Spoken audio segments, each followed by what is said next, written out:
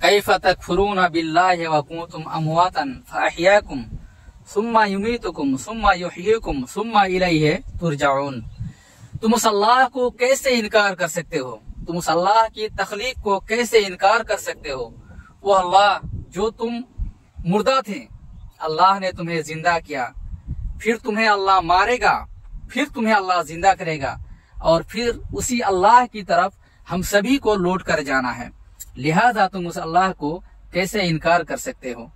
लोग अल्लाह को मानता ही नहीं है कि अल्लाह है, अल्लाह की तख्लीक को मानता ही नहीं है कि अल्लाह ने हमें पैदा किया है। इंसान ये सोचता है कि ये दुनिया बस चल रही है, लेकिन ये दुनिया चल नहीं रही है, इस दुनिया को कोई चला रहा है।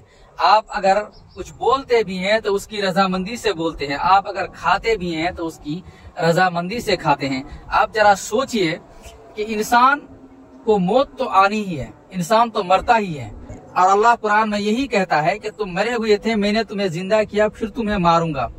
तो हम मरते हैं ना, हमें तो मौत आती है। तो जब कुरान कहता है कि तुम्हें मौत आनी ही है, और इंसान सारी दुनिया की बातों को इनकार कर सकता है लेकिन मौत को इनकार नहीं कर सकता है, चाहे वो किसी भी रिलीजन से ताल्लुक रखता हो, मजहब से मतलब रखता हो, लेकिन वो मौत को कभी भी इनकार नहीं कर पाएगा। तो जब कुरान कहता ही है कि तुम्हें मौत आएगी, तो आगे जो अल्लाह तबारक व तआला ने फरमाया कि तुम मुर्दा थे, मैंने तुम्हें जिंदा किया, फिर तुम्हें मारूंगा, फिर तुम्हें जिंदा करूंगा, तो दोबारा जो जिंदा करने वाली बात आती है तो उसको फिर आप क्यों नहीं मानते हैं?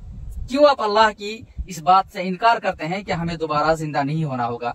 यकीनन अल्लाह आपको दोबारा जिंदा करेगा और हशर का मैदान होगा, और आप जो भी इस दुनिया में करते हैं, इस जिंदगी में, इस सारी जिंदगी का एक एक सेकेंड का, एक एक लम्हे का, एक एक पल का अल्लाह को हिसाब देना होगा। लिहाजा तुम अल्लाह को इनकार मत करो, अल्लाह की बातों को मानो, कुरान की बातों को मानो। अल्लाह ने जो नबी हमारे सामने भेजा है, हमारे ऊपर रसूल बनाकर भेजा है, वो रसूल जो कहता है उस बात को मानो और एक अल्लाह को मानो। और फिर से पढ़ो, अशहदु अल्ला इलाहा इल्लल्लाह वहदहु ला शरीका लहु लहुल मुल्कु व लहुल हम्दु व हुवा अला कुल्लि शैइन कदीर। अल्लाह तबारक व तआला सारी दुनिया के चीजों पर कुदरत है, वो जैसा चाहे वैसा कर सकता है। आपको मारने के बाद दोबारा जिंदा कर सकता है, आपको जिंदा करने के बाद दोबारा मार भी सकता है, जैसा अल्लाह चाहे वैसा कर सकता है। आप दुनिया में देखे होंगे कि बहुत सारे लोगों की ये खबर फैल जाती है, और जो उस आदमी के पास मौजूद रहता है वो भी कहता है कि अब ये दुनिया में नहीं रहा, गुजर गया, लेकिन कुछ मिनट के बाद, कुछ घंटे के बाद फिर हमें ये समझ में आता है कि ये आदमी अभी भी जिंदा है।